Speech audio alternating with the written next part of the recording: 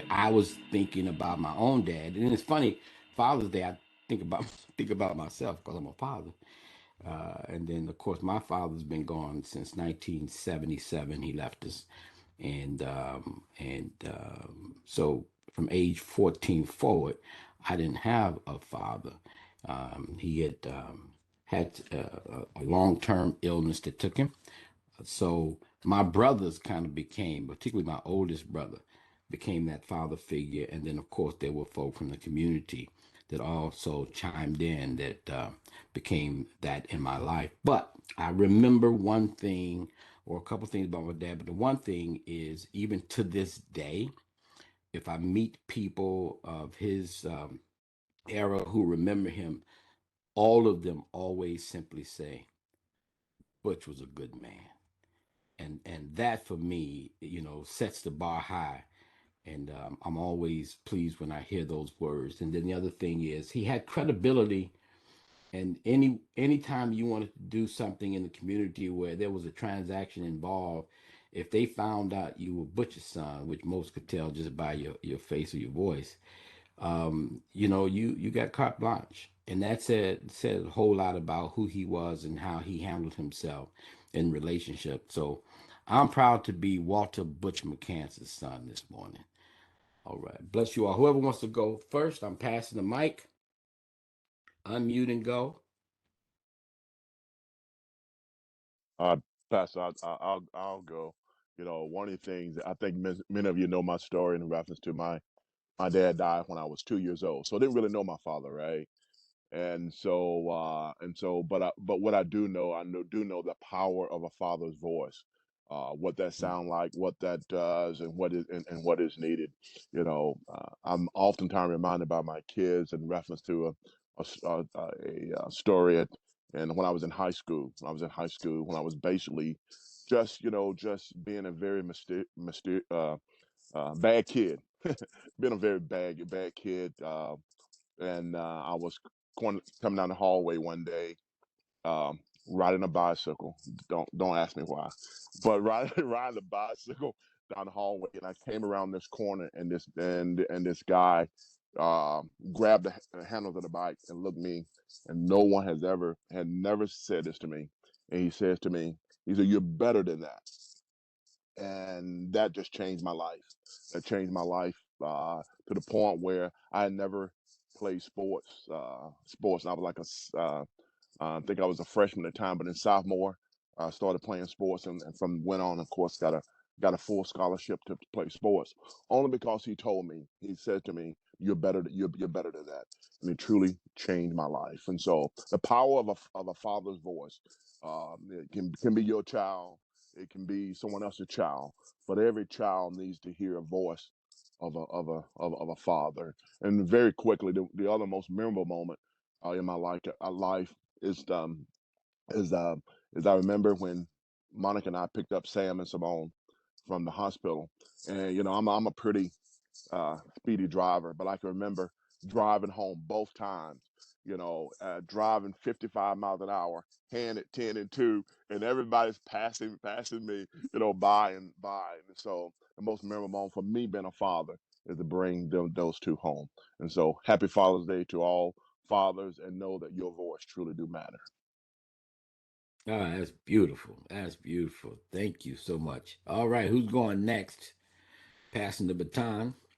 Um, I I had a stepfather, and um, my growing up always was one of I can't wait to be a father myself so that I can give what I didn't get, what I feel I didn't get. And a lot of what I am today was a lot, I guess, as a result of what I didn't have. And I just wanted to be able to give. And I'll never forget saying to my wife, "I wish I had a father like me."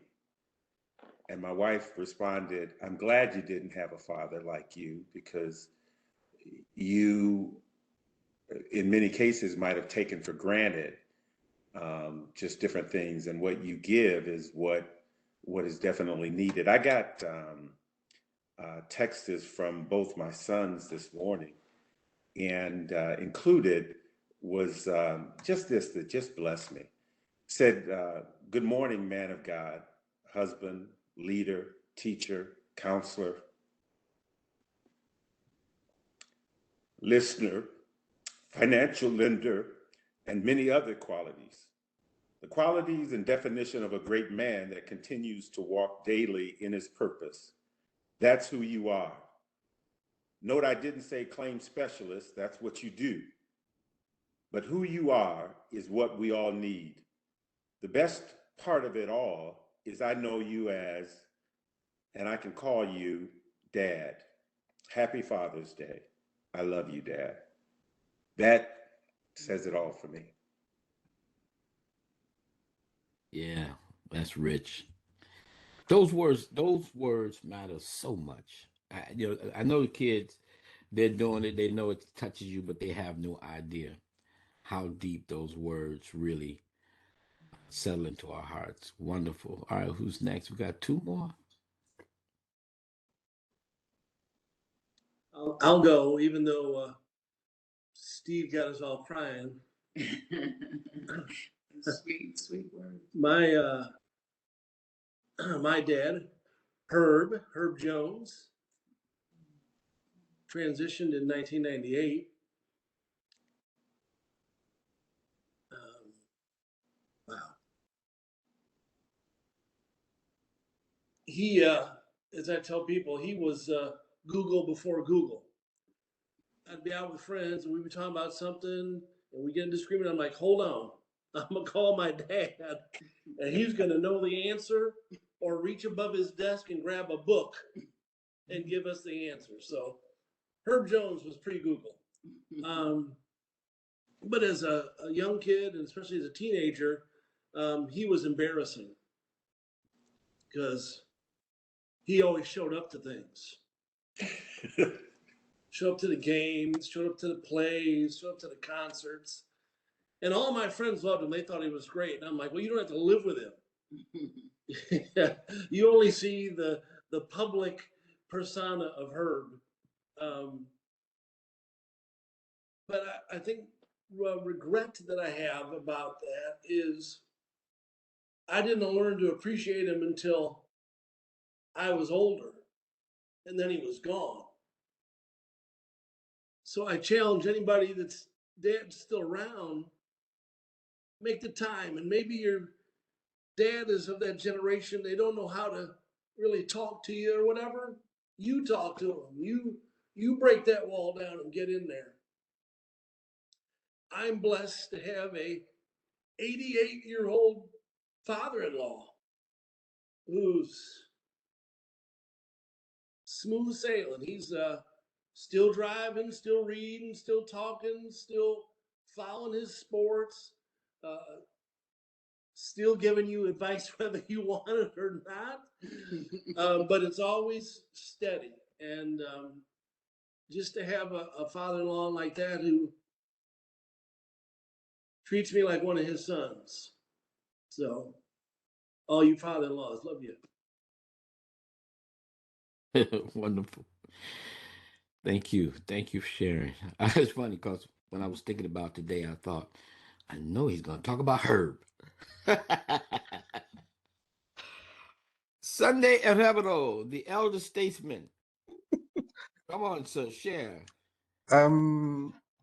My biological father, he was in my life up to 4 years after I got married because he died in 1989. 5 years.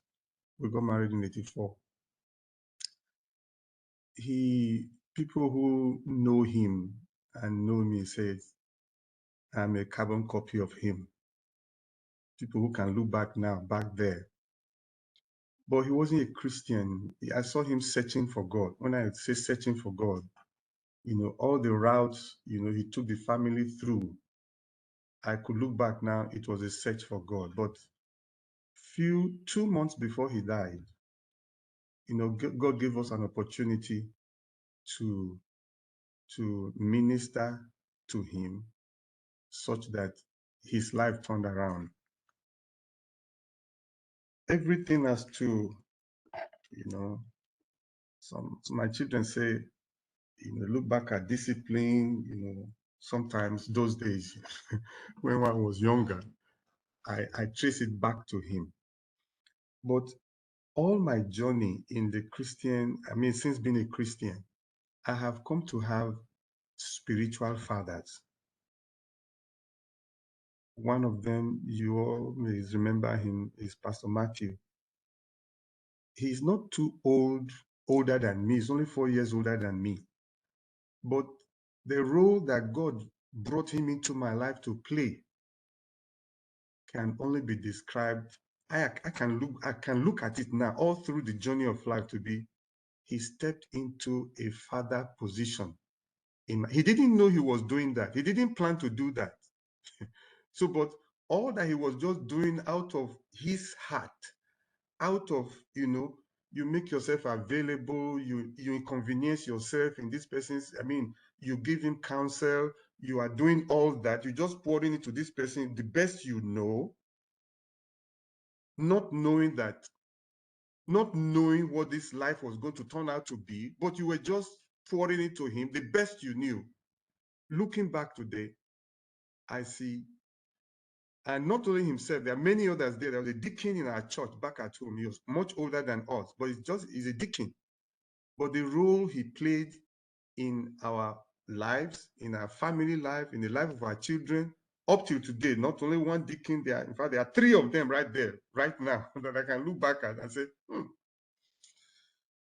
these guys. So, but there's anything that makes me what I am today, it is the investments of all of those lives that can still, up to today, if anything concerning me comes up, they will go all the length to do it as if they are doing it for themselves, not for anything, not waiting, not looking for anything. They will convenience themselves to just do it as if you are doing it for your son.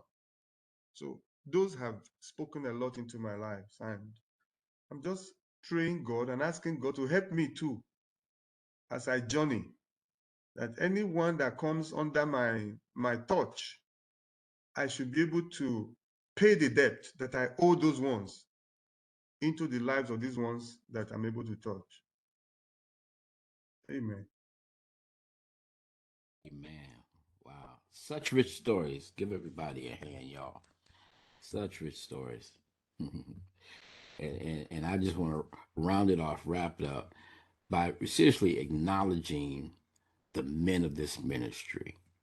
It is rare that you see men like you have here coming together to serve God, to serve their families, to serve the community. And you guys do it so well. You've heard me say it before, but I got to repeat it. When people encounter this ministry and they encounter the men of this ministry, it blows their minds.